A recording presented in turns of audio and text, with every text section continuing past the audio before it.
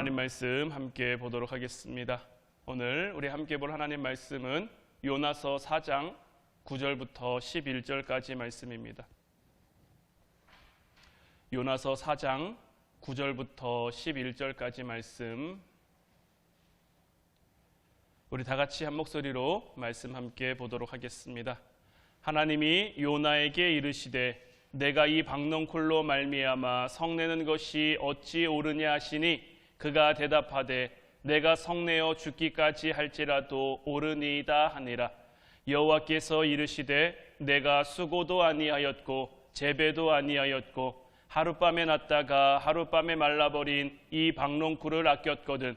하물며 이 큰 성읍 니느웨에는 좌우를 분변하지 못하는 자가 12만여 명이요 가축도 많이 있나니 내가 어찌 아끼지 아니하겠느냐 하시니라. 아멘. 오늘 이 시간에는 이제 우리가 대답할 차례다라는 말씀 제목 가지고 우리가 함께 은혜 나누기를 원합니다.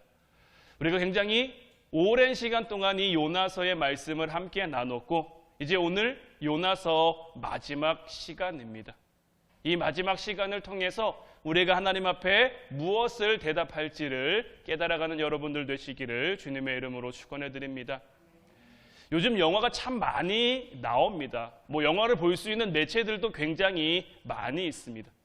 그런데 이 영화를 보다 보면요, 한 스토리나 한 주제를 가지고 여러 갈래로 영화가 나뉘는 경우가 있는데, 저도 얼마 전에 알았습니다마는 그 영화의 속편이라고 하죠. 프리퀄이라고 해서 그 영화의 배경이 되는 것으로 또 한편의 어떤 이야기가 나오기도 하고요.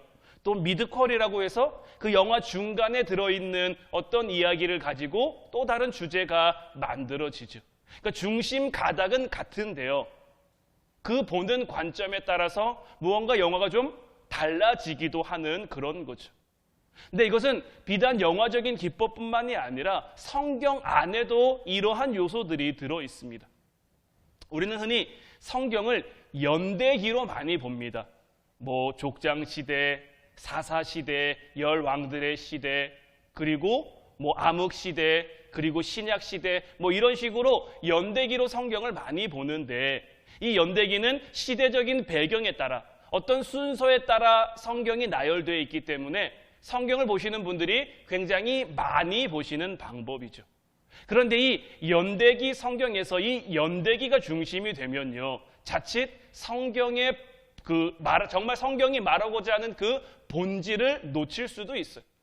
우리는 성경을 통해 이스라엘의 역사를 보는 게 아니죠. 이스라엘에게 일어났던 어떤 사건들을 보는 것이 아니라 그것을 통해 이스라엘을 만들어 가시는 하나님, 이스라엘을 인도해 가시는 그 하나님을 볼 수 있어야 되는데, 그 하나님의 마음, 하나님의 구원, 하나님의 역사하심이 그 시대 속에 나타난, 그 삶 속에 나타난 것들을 우리가 볼 수 있어야 되는데, 자칫 연대기가 중심이 돼버리면 그냥 수박 겉핥기식으로 사건들만 우리가 보고 그 가운데 정말 하나님이 말씀하시고자 하는 것들은 놓칠 수도 있는 거죠. 여러분, 성경의 중심은 뭡니까? 성경이 구약 창세기부터 신약 요한계시록까지 66권인데 구약이 929장이고 신약이 267장인데 이 1189장이나 되는 이 성경을 통해서 성경이 우리에게 말하고자 하는 것은 뭘까요? 모든 성경은 예수 그리스도를 이야기하고 있습니다.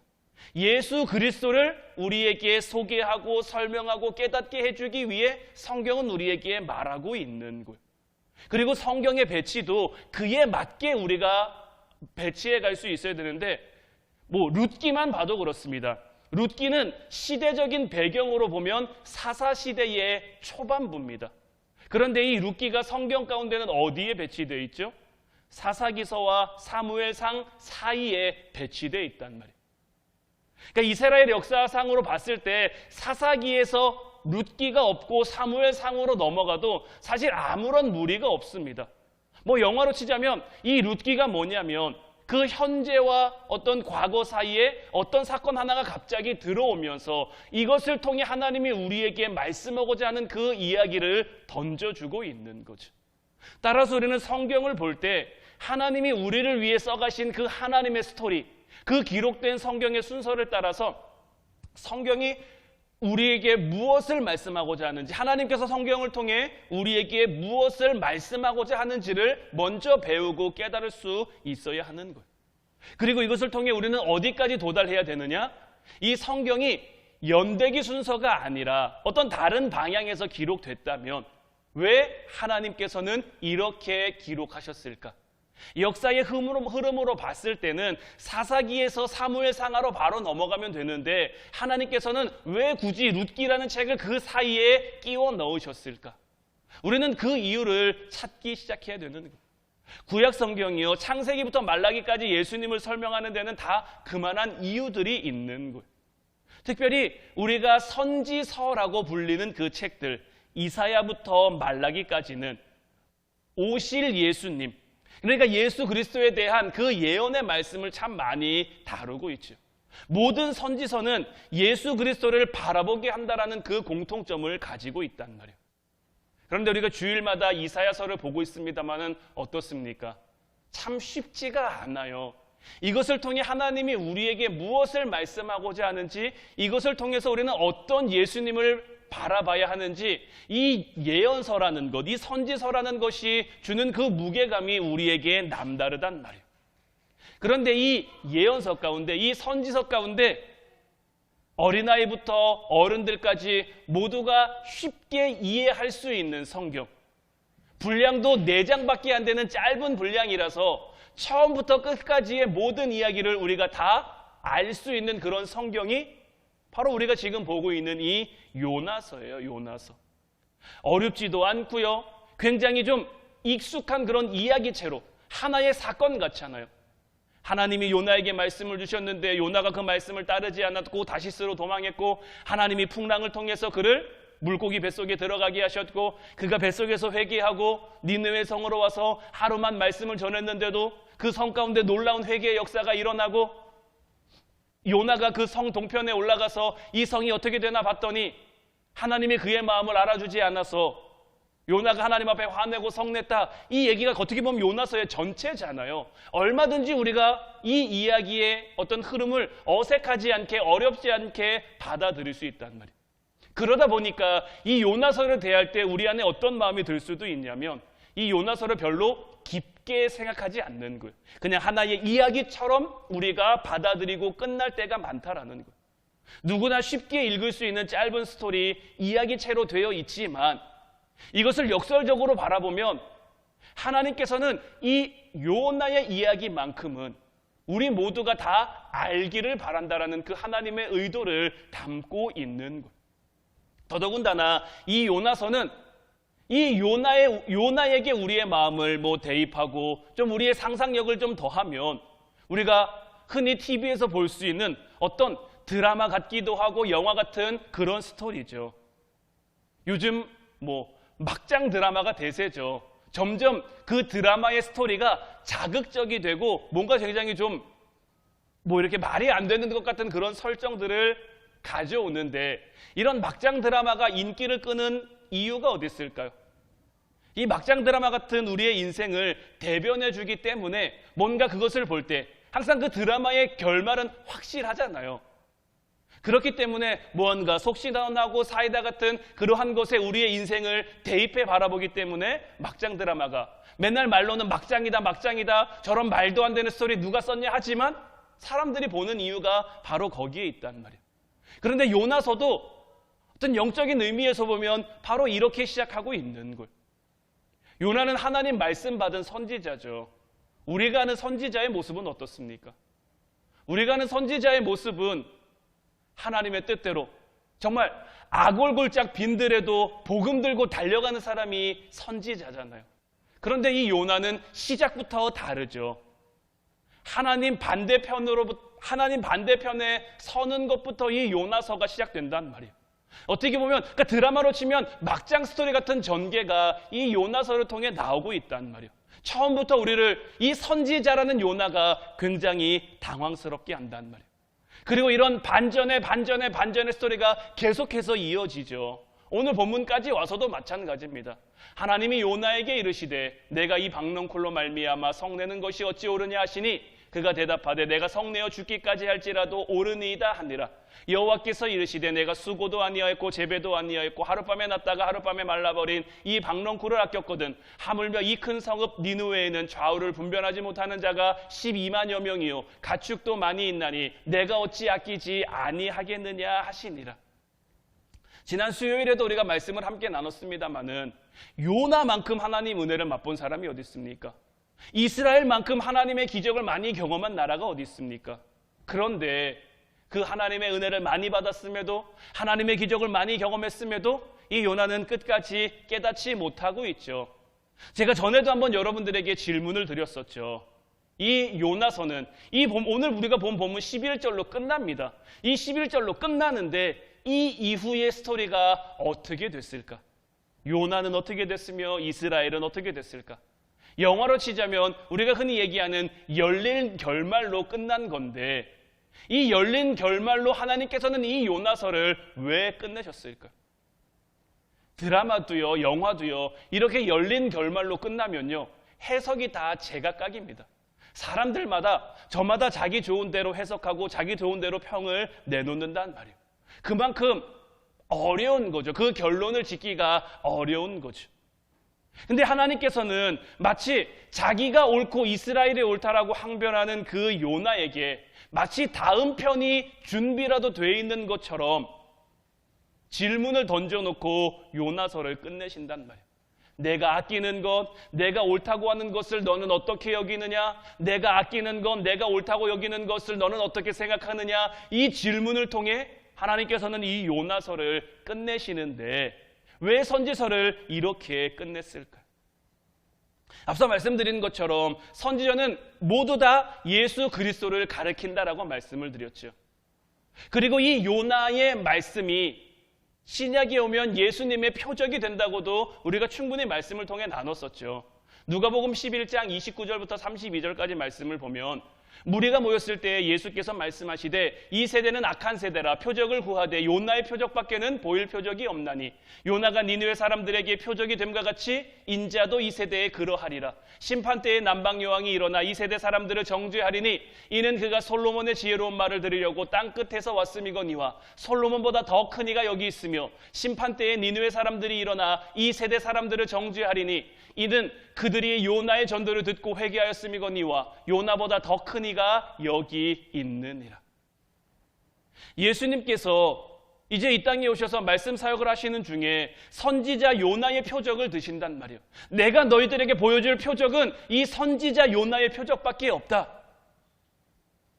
예수님께서 이 말씀을 하신 배경이 뭐냐면 예수님께서 이 요나의 표적에 대해 말씀하시기 전에 바로 전에 그 직전에 어떤 사건이 있었냐면 누가복음 11장 14절부터 17절까지 말씀을 보면 예수께서 한 말 못하게 하는 귀신을 쫓아내시나니 귀신이 나가매 말 못하는 사람이 말하는지라 무리들이 놀랍게 여겼으나 그 중에 더러는 말하기를 그가 귀신의 왕 바알세부로 힘입어 귀신을 쫓아낸다 하고 또 더러는 예수를 시험하여 하늘로부터 오는 표적을 구하니 예수께서 그들의 생각을 아시고 이르시되 스스로 분쟁하는 나라마다 황폐하여지며 스스로 분쟁하는 집은 무너지느니라.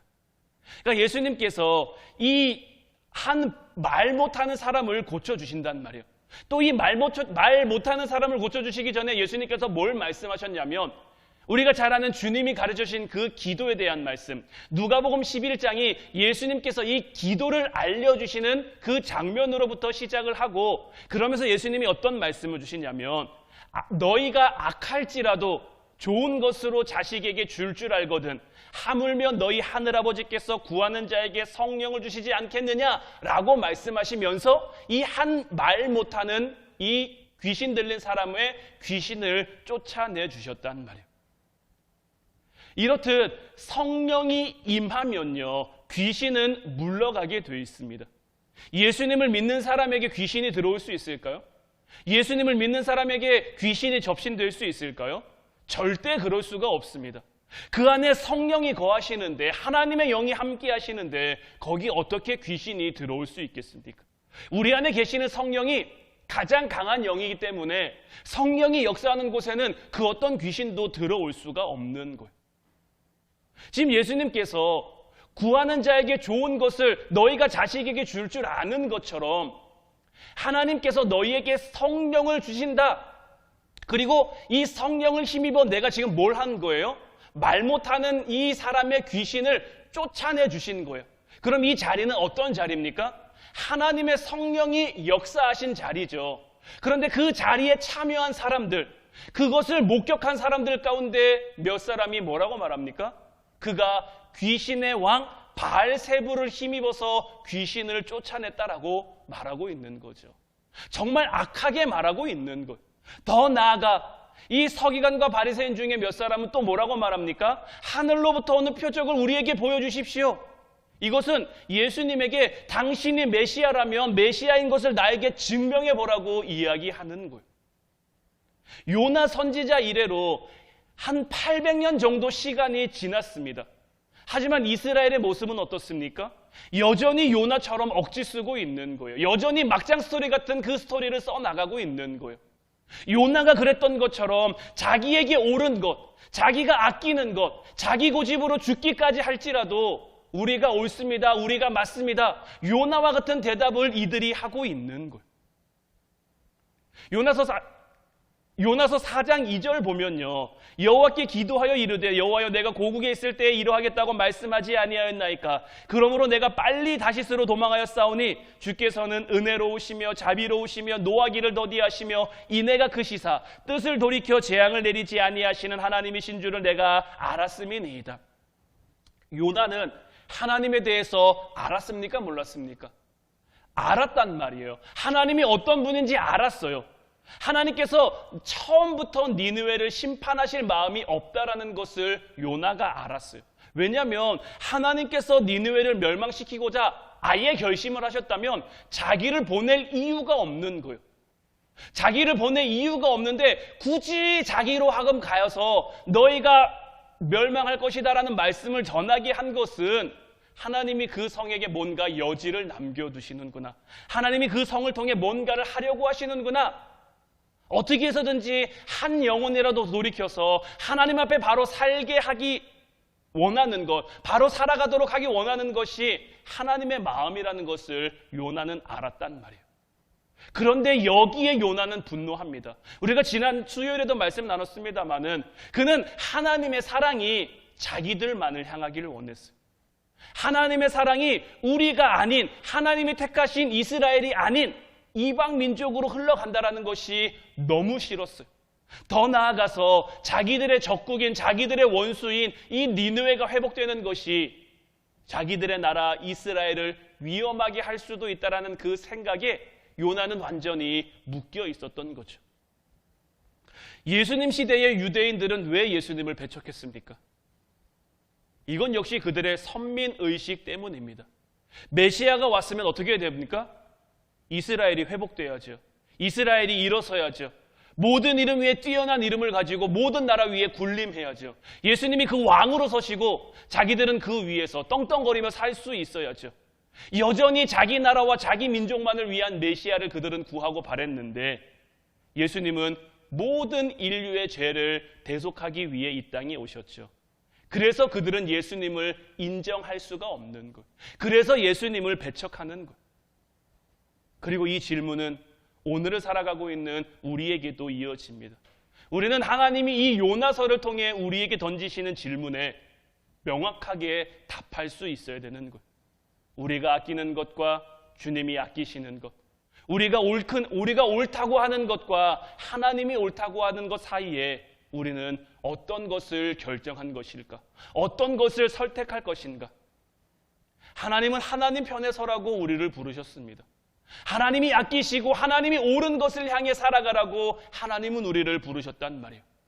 그런데 요나처럼 자기가 아끼고 자기가 옳다고 여기는 것에 끌려다니느라 그 가운데 스스로 상처받죠. 스스로 성내죠. 스스로 분노하죠. 하지만 하나님은 거기 얽매여 살지 말라고 하시는 거예요. 십자가의 사랑과 어떤 십자가의 은혜를 받은 자로 아버지의 마음이 무엇인지 깨달아 하나님 편에 서서 살아가라고 하나님은 우리에게 말씀하시는 거예요. 하나님은 선지자 요나가 하나님 반대편에 서고 그리스도인인 우리가 예수님 반대편에 서는 것을 굉장히 안타까워하시는 거예요. 오늘날 교회가 참 많이 타락했다고들 이야기합니다.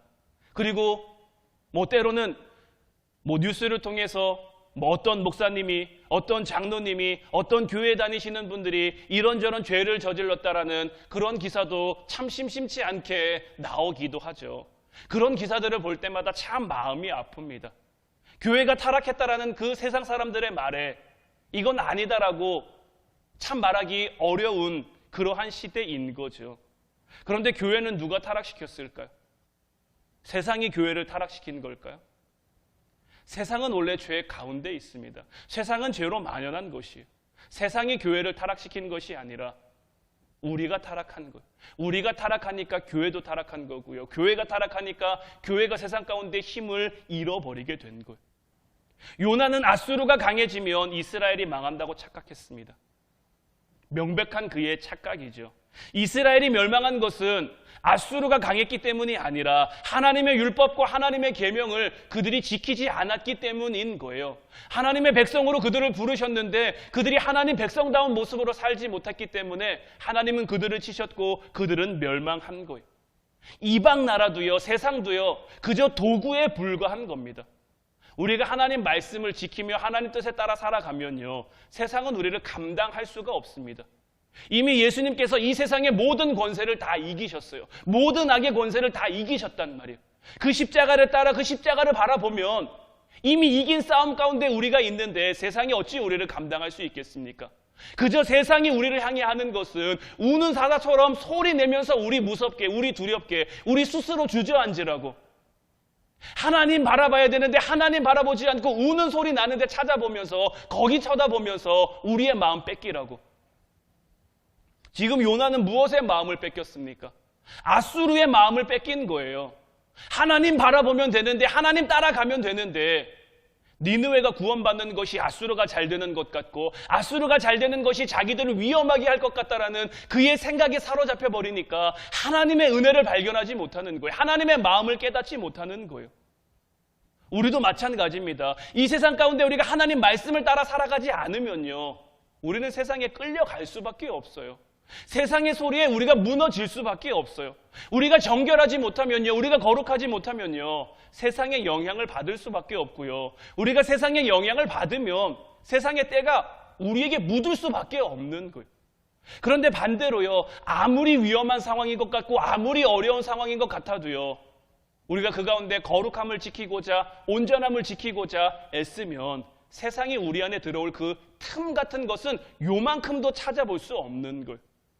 그런데 우리도 자꾸 우리의 삶 가운데 뭘 탓합니까? 세상 탓하는 거예요. 세상이 힘들어서 그래, 세상이 어려워서 그래, 세상이 날 가만두지 않아서 그래, 세상이 날 알아주지 않아서 그래. 그래서 주님께서는 지금도 여전히 우리를 향해 물으시는 거예요. 하나님이 아끼는 것과 네가 아끼는 것, 그 중에 무엇이 옳으냐? 내가 옳다고 하는 것과 네가 옳다고 하는 것 가운데 무엇이 옳으냐? 너는 너의 삶을 통해서 무엇을 나에게 대답해 주겠니? 하나님께서는 요나서를 끝내면서 우리에게 이 질문을 던지는 거예요. 유대인들은요, 요나처럼 여전히 자기가 옳습니다 주장함으로 예수님을 십자가에 못 박았어요. 지금 우리는 예수님을 어떻게 대하며 살아가고 있습니까? 때로는 우리의 삶 가운데 이 믿음과 내 삶의 어떤 균형을 잡아가기가 참 힘듭니다.